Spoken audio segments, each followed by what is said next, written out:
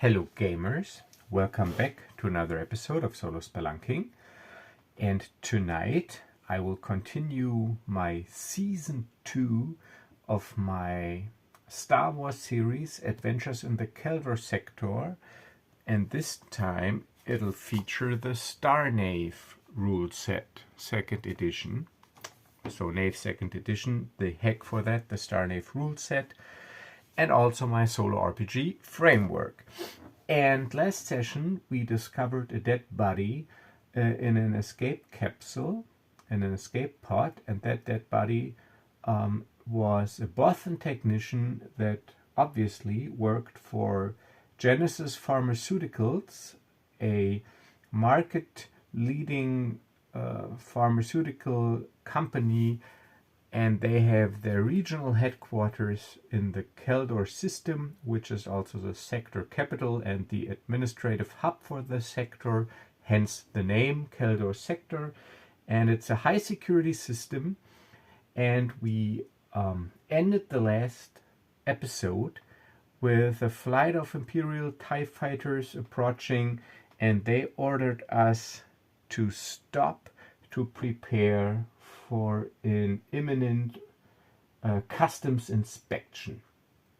And this is where we left off last time, and this is where we will jump right into the action.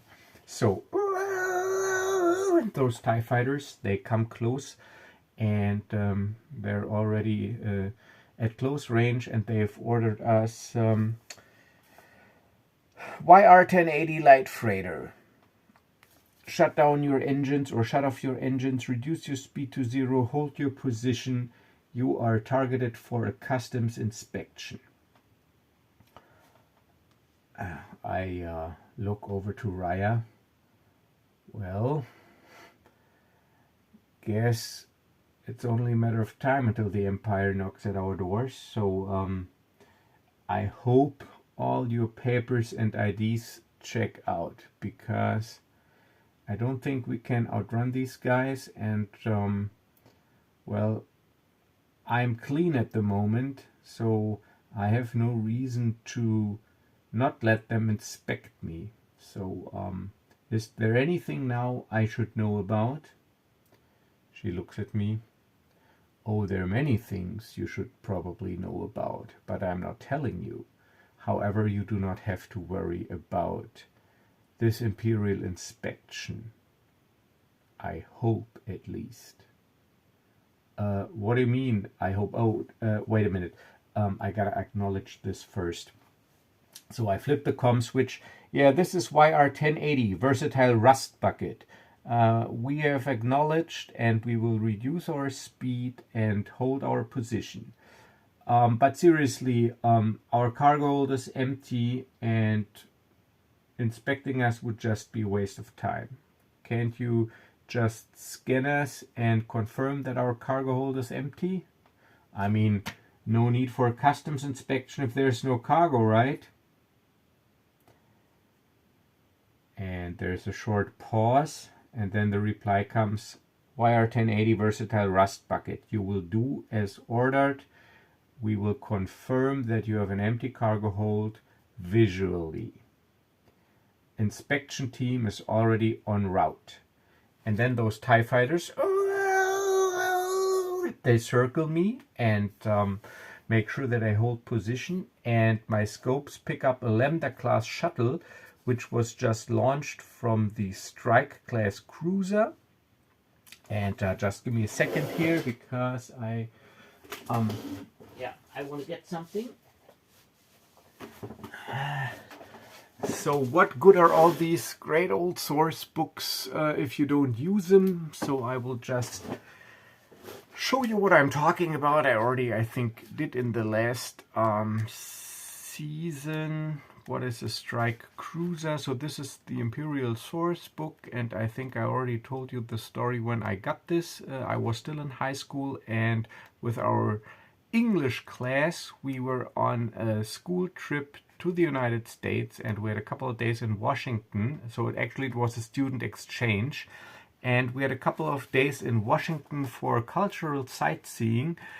And I managed to come across this source book in a bookstore, and I just had to get it. All right, so this is an Imperial Capital Ship Recognition Guide, and this is the strike cruiser that I'm talking about. It's 400 meters in length. It can be configured for several different tasks. So let's read it to you here. The strike cruiser. So it's a Lorena strike cruiser, 450 meters in length even, capital class starship. And it is actually pretty fast. It has a space speed of 6 units. So just to put this into perspective, my ship actually has got a space speed, which is sublight speed of 4 units. TIE fighters have 10 units. TIE interceptors have 11 units. And so it is actually faster, even though it's probably not as maneuverable than my ship. And it is the strike cruiser. It is the Empire's or the fleet's best kept secret, because it is very dangerous, but it doesn't look dangerous. And each strike cruiser can carry a company of troops, 2 AT-STs and 1 AT-AT Walker for ground assault mission. Its small but functional hangar base houses 1 squadron of TIE fighters, so that is 12 TIE fighters. And it can be modified for specific missions because it is of modular design. Alright, so that is the strike cruiser. And yeah, so a flight of 2 of the carried TIE fighters on board is circling and making sure that I hold position, while a Lambda class shuttle, which was also launched from this strike class cruiser, is approaching our vessel, and it has an inspection crew on board. So yeah, I comply, and then I go to Rhya or talk to Rhya again. So what do you mean everything should be all right? And she goes, well, if you have probably realized by now, our people don't like to get onto the Empire's radar. So the order I'm working for, they have equipped me or provided me with falsified identification that identifies me as a species of, and then OOC here. There is actually, I mean, Rhya's species, she's sort of like modeled after elves, so basically elves in space, but they're already, or there actually are elves in Star Wars. So if you Google for elvish humanoid, so there's a Wikipedia entry, and with this, and they're only named elfish humanoids, and they look like elves, and there's a little article about them, and they appear in some publication, but I don't know exactly what the species is. However, the Eldridians, they figured it would be a good idea, because this planet, they're already like on the radar or within the galactic community, which the Eldridians are not. So they identify their operatives that are operating in the more populated areas of the galaxy as belonging to this species with this home planet, but I don't know how this species is called. Maybe I will figure something out for the next remaining episodes in this season, but for now she just states a name and this is it, but I can't think of it right now. So this is so she's got falsified documents, and I go like, well, great. I'm traveling around with a secretive operative of an unknown species that has a fake ID. What else could go wrong? All right, but and then he looks at her, and he looks at this blaster that he's carrying, the gift that he got from Rhya. Well, but I do trust your people's craftsmanship after I have personally tried this weapon you gave to me, which is still extraordinary. So if your ID is anything like this weapon, I don't think we have to worry. And from what I've learned so far about Imperials, they're not the brightest. At least most of them are not. So we should be all right. Just maybe, if it's at all possible, let me do the talking. Well, I'm not very eager to talk to these Imperials, so I'm perfectly fine with you doing the talking. All right then, let's hope for the best. And as if this was the signal, the Lambda class shuttle, it folds up its wings and it docks. Standard docking tube extends, it docks at my upper hatch, and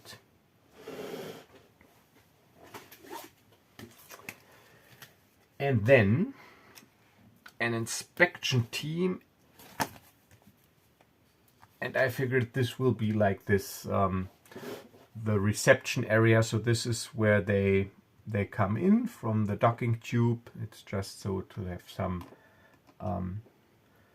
form of reference or representation. And the first thing we hear and see is the distinctive clank of armored boots on metal plating as 4 stormtroopers enter. So they enter first and assume some kind or some sort of formation, and then let me get the miniature. 1 second.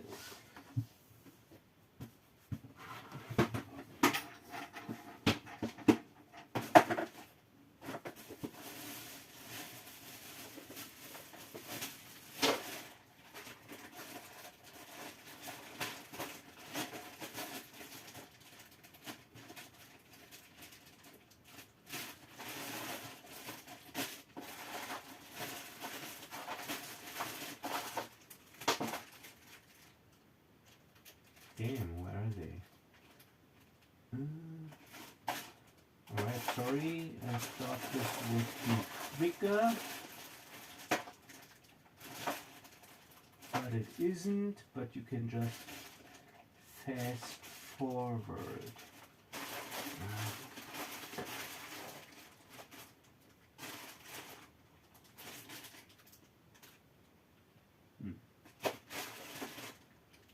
Never mind, then I just use the Imperial officer. So I was looking for an Imperial officer, but turns out I don't have one at hand, so I'm just using the Stormtrooper officer. So a Stormtrooper officer comes in. He is obviously leading this inspection team. And all right, so and he's got, let's take this guy. He's got a oh no, so this is, he leads the stormtroopers, and this is a customs official, because I don't have an officer handy now. So this is a customs official, and they come aboard my starship, and this customs official, he looks around at my ship, because my ship, I mean, it's a used ship, it's a worn ship, it's a lift-in ship, so it's not very tidy and up to snuff, as you would say. So I can actually see his disdain in his face, and his arrogant imperial attitude basically radiates from him. He basically emanates it, and yeah, and then he walks up to me and goes, "Are you the captain of this?" And he again looks around, and he's got this disgusted expression on his face, and then he goes, "Vessel?" And he says this with such disdain, and I go, "Yes, I am Nash Duncan, captain of the versatile Rust Bucket, at your service. As I've already told your friendly Thai escorts out there, our cargo hold is empty. So, of course, you are free to see for yourself, but you will find that everything is in order and perfect shape." He goes, "Well, we will see about that. We will start with checking some ID. I'm sure you got your ID and all proper registrations at hand." "Of course I do, of course." And I get out my papers, and Rhya, she doesn't do anything at the moment. She's just standing there in her leafskin armor with her hood pulled up, but not pulled down deeply into her face, just so that it hides her ears for now. And she just watches. And he checks my ID and my papers, and they're in order. I bought this ship, everything is fine. And then he turns, "And what about your crew member? Does she have some ID too?" And Rhya, she doesn't talk, she just gets out her ID card and hands it over to the customs official. And now let's see if the ID card holds up. And there's a 30% chance that the official suspects something. So 70% chance it actually holds up. 30% there's something amiss. Oh, come on, you gotta be kidding me. 14. Damn, 14. Alright, so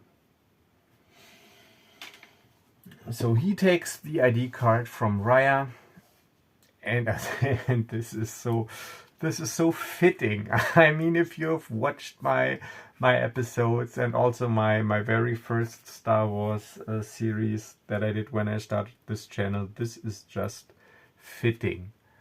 But I mean, you know, I didn't want to be at like 100% foolproof. I figured, all right, so 70%, that's a safe bet. But so he looks at, and I mean, it wasn't even close. It was like 14. So he looks at this ID card, looks at Rhya, looks at the ID card, gets out some device, some form of pad-like, what maybe document scanner or whatever, puts the ID card on top of the document scanner and goes, "This is a forgery." And Rhya, first time now that she says something, goes, "It surely is not." And she's got a dangerous tone in her voice. And I'm like, well, I mean, we're traveling together for a while now, and we've been through several inspections actually, and there was never anything amiss with this ID. Are you sure your device is working right? This device is flawless. It is up to specs. I'll keep it in perfect shape. It's not the device, it's the ID. Well, you see, actually the last place we visited, it was pretty rough. It was calcareous. You know the place? It is basically a lawless place ruled by gangs and criminal syndicates, we had lucrative business there, but we were eager to get out of there because it's a rough and tumble place. As a matter of fact, it is so rough and tumble that when we concluded our business, the guys, they pulled it or tried to screw us over. Things got out of hand. We got involved in a firefight, and well, we took some hits, but thankfully our protective gear kept us from getting seriously injured. But maybe, I mean, we were wearing our IDs in our inner pockets. Maybe her ID was damaged in this firefight. Maybe because look, and don't take this the wrong way. Look, and I lift my shirt a little because I figured, like, we both have lost hit points, and then we've taken med packs, and like I said, these blaster burns, we could feel the heat. So in my imagination, there might be, you know, when you have like a wound on your skin and new skin forms, that it is a little lighter, like this light rosé color, and you can basically see where fresh skin has formed. So I lift my shirt and show him one or two of these patches that I figure I have of this newly formed skin because of the firefights. And I mean, depending on where she had her ID, might have been damaged by blaster burns or by the excessive heat. All right, so I think it is time for a check now. So this will be a deception, basically. So I got a conman background or career, and it'll be a charisma. And because I'm a conman, I get a +5, and I roll versus him. And I will use this. So I'm using the military Imperium, so the Imperial officer stats, it's a level 3, and in Knave 2nd edition you get to add the enemy's level or the opponent's level to the skill check, so they don't have attributes, and you either add full level if you feel it is within this profession, or half level, or 0, depending on how you... But this guy, he's a customs official, so he's heard all the stories, he's heard it all, and he is, of course, dealing with custom evaders all the time, so he can add his full level. He gets +3, I get +8. However, I mean, this is such a half-baked excuse. I will give myself disadvantage. I do not want to make it too hard on me, but I also wanted to keep it somewhat realistic and don't make it too easy. I mean, if someone told you a story like this and you are pretty sure that your technological device is up to specs and it tells you this is a forgery, I think disadvantage would be in order, but I still... it's still +8 versus +3. So I'm rolling for my result first, and then I'm rolling for the officer. And we will see what happens. A customs official. Oh, damn it, I had disadvantage. So 20, but I can't use it. I gotta take the 10. However, still 10 plus 8 is 18. So he gets a +3. Actually, I got a pretty good chance. Yeah, 2. All right, so he looks at me and he looks at this, yeah, freshly formed skin, and then he goes, that might be an explanation, but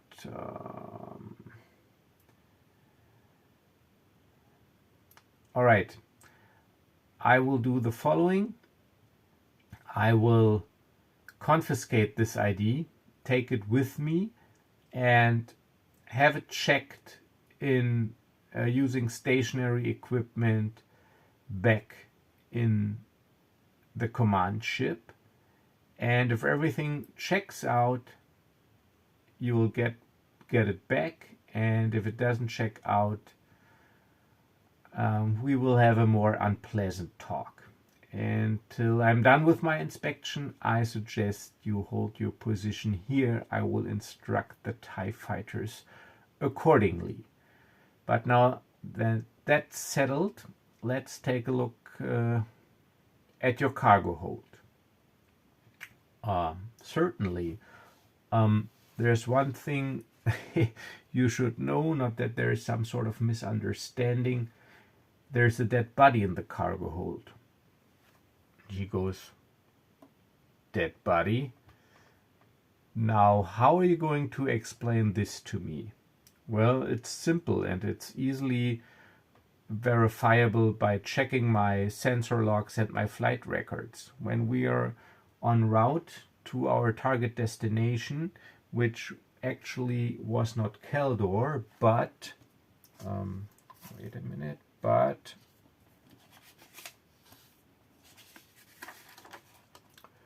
Vilas, we picked up an automatic distress signal, how the signal like it is emanated or sent by escape capsules.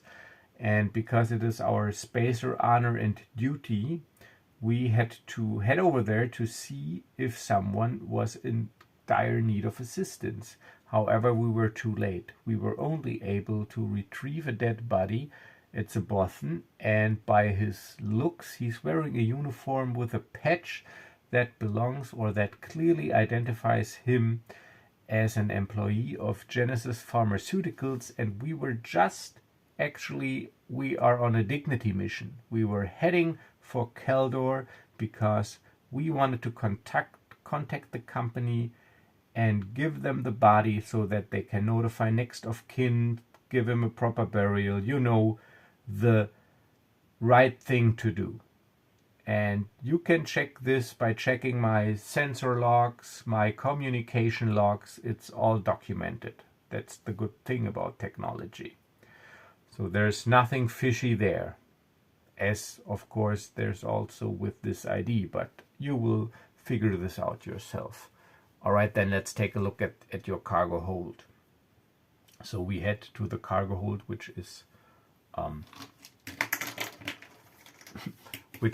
this. So this looks like a cargo hold.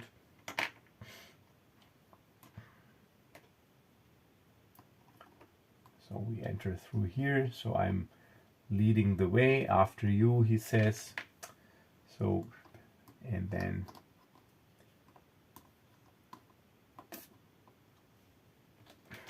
he goes to the stormtroopers. All right, men, check the area. So they basically walk around and check stuff. See, I can see it. Okay. And then, yeah, they do find the dead body because I've stored him here in the cargo hold. And they go, yeah, indeed. I can't see any injuries.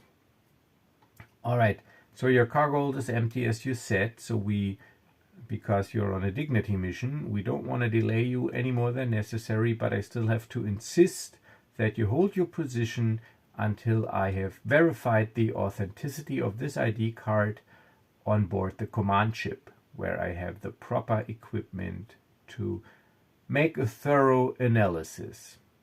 You will hear from us. And then they leave.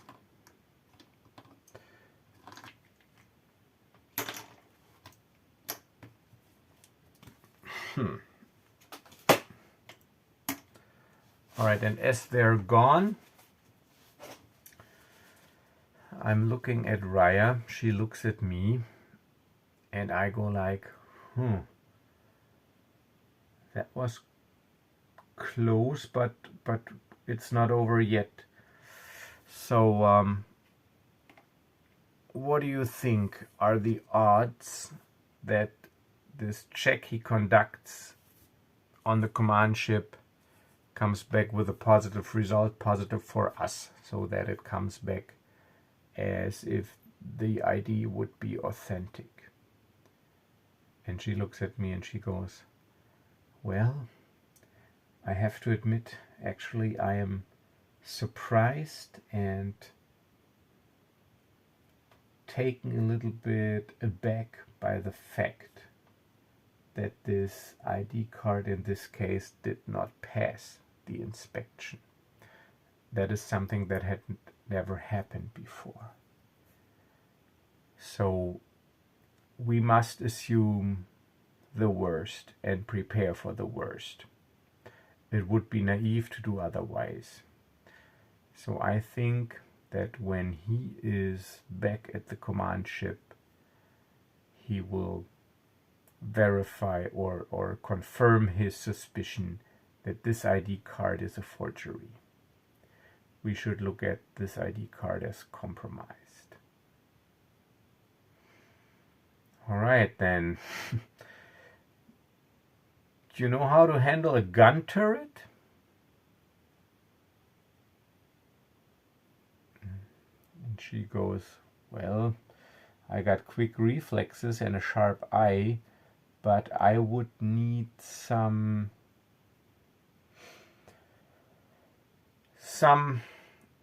quick instructions. Okay. Well, don't take this personally, Rhya, but in a fight against 2 TIE fighters with this ship, I need someone at the guns that knows what they're doing. So I think I'll take a moment, not yet of course, to show you the controls. But first we need to get out of this situation here. Okay. So yeah, we better get back to the cockpit and start calculating an escape vector and an escape route, and don't wait for them to find out that something is amiss. All right, so yeah, we go back to the cockpit. The TIEs are still circling. We are ordered to hold position. They were instructed. But now I need to get out of here quick. All right, so to make it easier, so we are actually in Keldor. So what I want to do, I want to use an established route, and so that the calculations are easier. But I don't want to go to Velas because of this short distance, and I actually want to take this route to Calcareous, back to Calcareous. But my plan is to shut off the hyperdrive basically manually when we are sort of halfway. I just want to use the coordinates of the route to be able to more quickly enter hyperspace. So navigation, because this is calculating a course using a well-established route. It is easy, requires a DC-11 in check, and takes 1 route. The downside, blah, blah, blah. All right, so actually that is,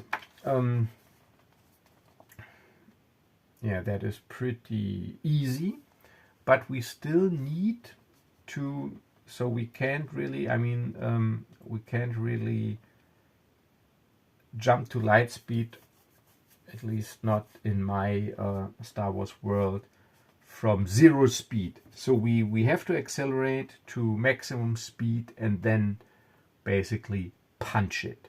So and they, of course, they will know.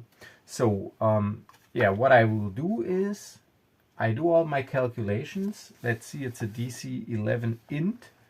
My intelligence is +1, and because I'm a smuggler, I will rule that I get +5, because smugglers are good at calculating hyperspace jumps, even under pressure, or especially under pressure.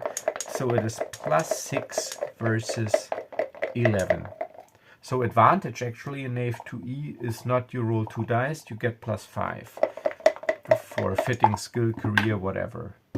All right, so barely 7 + 5 +6. All right, because int +5 +6 is 13. I needed an 11 So yeah, it's a close call. So I accelerate, and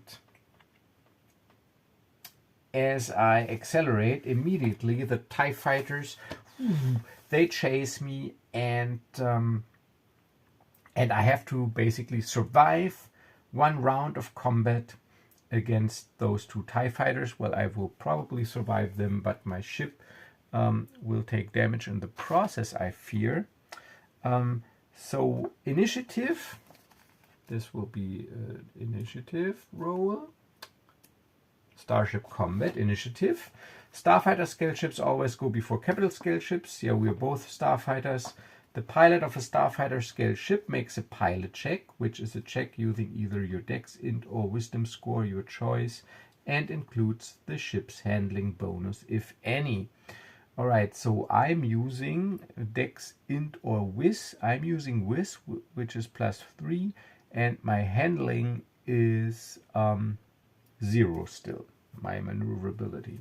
So it is a +3, and the TIE fighters,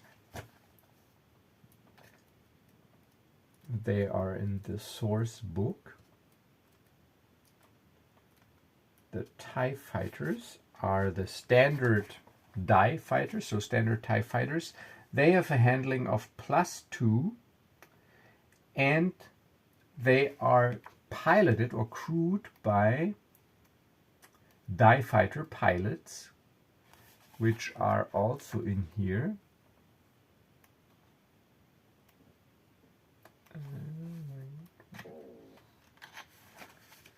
Come on, where are you? Army trooper.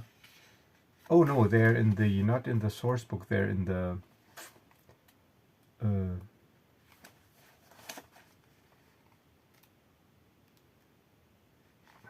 are they? In the core book, I think. Yeah, in the core book. Here they are. TIE fighter pilot.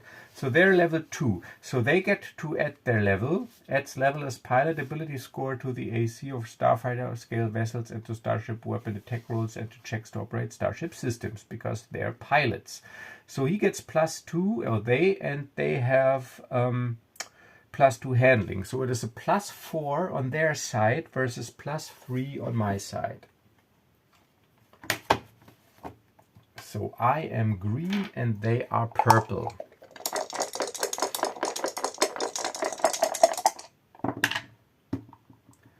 They are they are purple, yeah, so they're purple because I'm always green, so because green is like my favorite color. All right, so we do get the initiative, which is great. So we just move full speed, and Rhya, she's not doing anything, and I'm doing evasive maneuvers. I'm doing evasive actions. So that is, I make a pilot check versus here, let me take evasive maneuvers, starfighter scale vessel only. The pilot performs this action. They make a DC 16 pilot check. If they succeed, the ship's AC, so my AC, gets a +2 bonus until the start of the pilot's next turn. If I roll a natural 20, AC improves +4. If I roll a natural 1, AC gets a -4 penalty. If I do not take this action or I'm not successful, just my standard AC is in effect. So my standard AC is 14 because it is 11 plus my piloting ability, which is +3. I do not have shields. I do not have handling yet. So an AC 14. Now I got to roll +3 versus 16. And because this is like a maneuver by Knave, as written rules, careers never provide bonuses to combat maneuvers or attack rolls. So this is definitely a combat maneuver. So even though I'm a smuggler and I'm probably good at taking evasive maneuvers, I will not add +5. I will just make a +3 versus DC 16 roll, and that will be my action. And then I have to and their attacks, and then I can jump to hyperspace. All right, so plus 3, 16. Of course not. So the normal AC is in effect. The normal AC is 14. All right, and then it's so Rhya, she doesn't do anything because she needs some training first, like in operating the sensors or firing the guns. But the TIE fighters, they attack now, so they just take the attack action. Just wanted to see, so they got a +2 fire control, I know that, and +2 from their level. Handling is not added, so standard TIE fighter. Weapons, dual laser cannon, fire control +2, so they attack +4 because they do at their level. So 2 attacks at +4 versus my AC of 14. Let me get those black D20s out. So, because there's a test. So I punch it. They immediately take position behind me. I take evasive maneuvers, at least try to, as the characteristic noise from those TIE fighter laser cannons. And of course they both hit 15 and 17, 2d6 points of damage for my hull. 2d6 points of damage. So as we head for 8, so I got a hull of 20, now I got a hull of 12. Alright, so I try to evade them, but then the ship is hit and shaken, and sparks and steam is blowing into the cockpit as I thankfully grab the controls because I managed to calculate, pull back the levers, and we enter hyperspace along this route, heading back towards Calcareous. But I will not fly along this route for too long because I'm afraid they might, by my trajectory, figure out where I'm going. So I am, fingers crossed, I am, how long? So we are in hyperspace traveling, I don't know, many times the speed of light. Let's say 5 minutes. 5 minutes is a good distance. 5 minutes, yeah. All right, so 5 minutes, and you know what? I like to gamble. If I roll a 1 on a d20, I'm interdicted. On a 1 on a d20. You know how this probably goes, but we'll see. Oh, a 9. All right, so yeah, 5 minutes pass, and then I manually shut off the hyperdrive and immediately revert into real space in the total blackness of space. But not a minute to waste. So what I then do, and my movements are very, very almost automatic, as if I've done these procedures several times. I go full throttle into a completely different direction, completely random vector, full throttle for, I don't know, 1-2 minutes to build up speed and momentum. Then I shut off all the engines and maneuvering thrusters and braking thrusters and everything, so that I am basically adrift, that my momentum keeps carrying me on,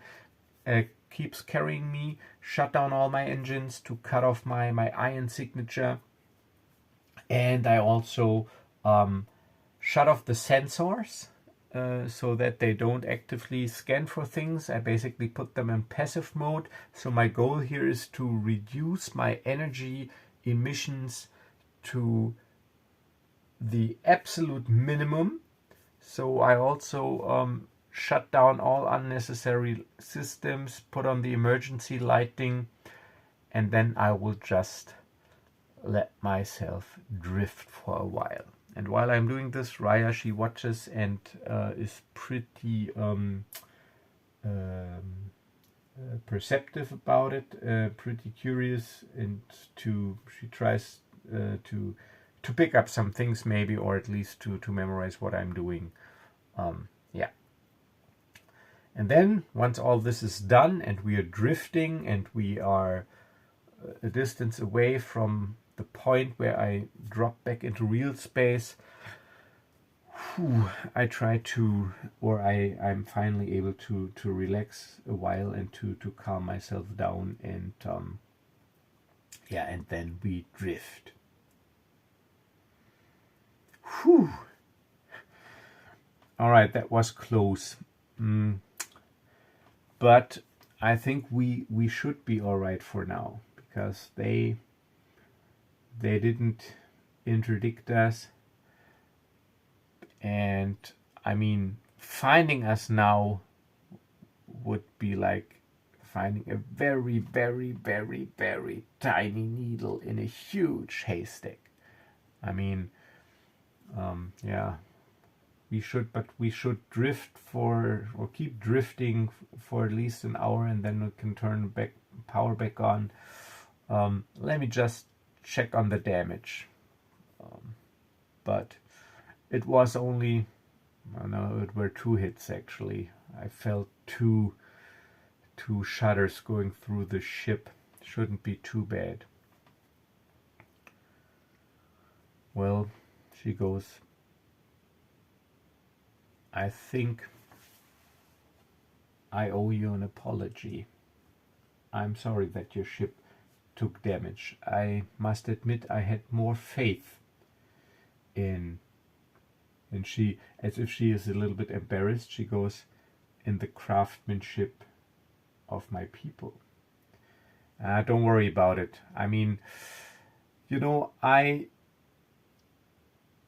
mean, they recommended me to you for a reason when we first met, remember? So I made my living getting things to people without other people getting their hands on, and getting things to people that shouldn't be supposed to be in their hands. So I've dealt with Imperials, pirates. It's part of the job to have your ship shut up every once in a while. So don't worry too much about it. I mean, basically, if there's anyone to blame, you could also say, why did we have to take, or wanted to take this guy back, this dead guy back to Keldor? I mean, speaking of this dead guy,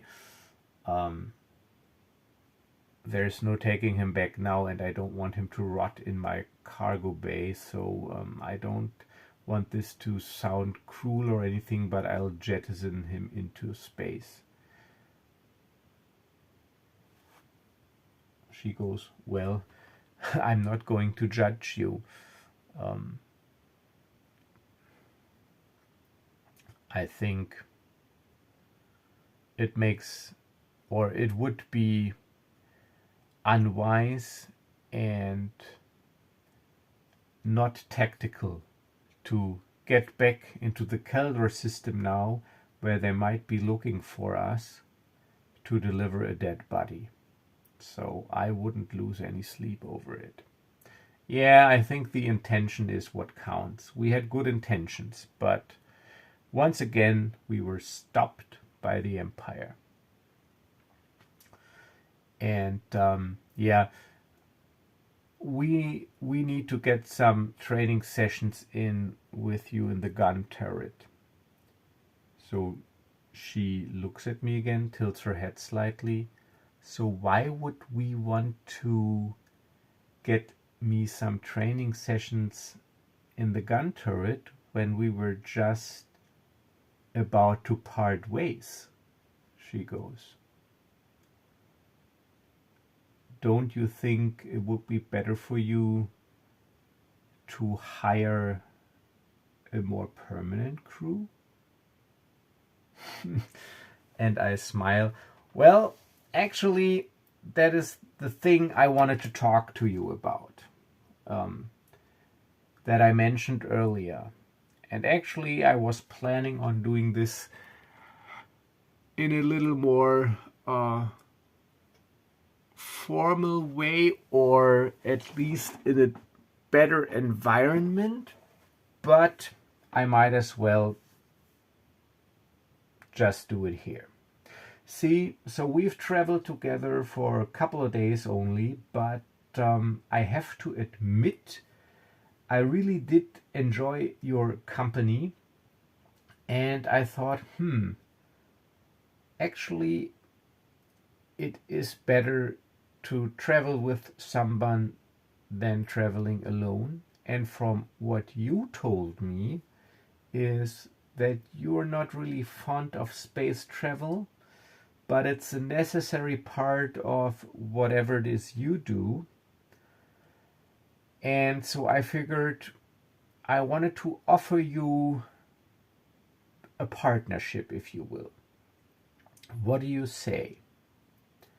You stay with me on my ship as a crew member, not as an employer or patron, and not as a customer.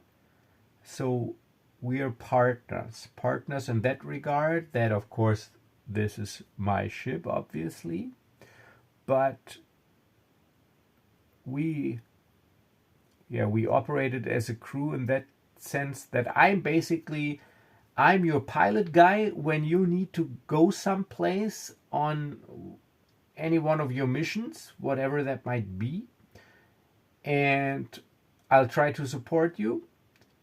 But if you're not on a mission, we do what I usually do, and try to get some money to get this ship in much better shape than it is right now. And so then when you do get a mission, you got the advantage that you already got a pilot that you know, you got a ship that you know, and if we are lucky, the ship is also in good shape. So what do you say?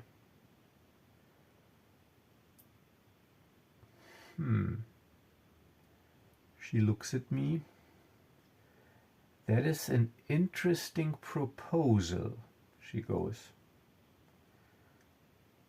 Well, it is true that I'm not much of a space pilot. Never cared about it, and as you say, it's a necessary part of my job. And it is also true that we have traveled together for a couple of days, and so far, obviously, she points at the blaster that I'm carrying, the gift from her, you haven't let me down, quite the opposite. Yeah. If I look at it this way, I think this might indeed be a win-win situation for both of us. Actually, as a matter of fact, she looks at me. I don't really see how you profit from it much. I mean, you gotta show me a few things regarding your ship. You want to support me on my missions, fly me around, and when I'm not on a mission, all right, so you do your thing, and I accompany you and support you as your crew. But and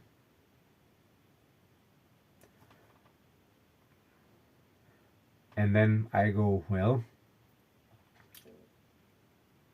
if you look at this in this rational sense, it might be so, but as you, I don't know, remember when we had this discussion about humans in the very beginning? And, well, like I said, or if I didn't, I'm saying it now. We humans, we are curious by nature. We are explorers. We want to learn about other people. And I gotta be honest with you, Rhya, you are fascinating. I mean, your culture, I've never come into contact with you. Your art of fighting, your weapons. I mean, this weapon, I'm looking at the blaster. And see, I've been around from, not from one end of the galaxy to another, but I've been around and I've encountered several species. But I've never encountered one person so intriguing. So maybe that makes it easier for you to understand. Well, she goes, if I'm to stay on your ship for a while, I will need to make this ship at least my personal space, my cabin, my home, which means I'm going to need a couple of things. But I think I can take you up on your offer for now. All right then, it's settled. So first order of business, crewmen. You get, I gotta teach you how to, find your way around this ship and how to operate the most critical systems. I think that is a good start.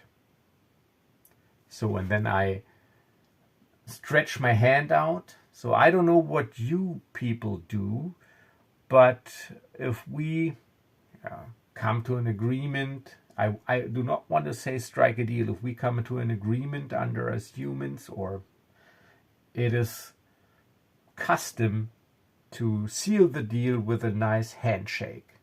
So what do you say, crew member? And I stretch out my hand. She looks at me, takes one step closer. I'm not sure if I'm going to regret this, but I'm curious as well. And she grabs my hand, or shakes my hand as a handshake, and goes, crew member. All right, and this is where we end this episode. Yeah, all right, so I had fun. I hope you had fun too. So, yeah, taking the first step into a larger world. But first step on building their relationship further. So if you like what you see here, please do consider subscribing to the channel. If you want to try Knave for yourself, check out my drive-through product page where you can pick up all my wonderful products and support the channel. And until next time, have a wonderful remaining weekend. As always, stay safe and stay healthy. Bye bye.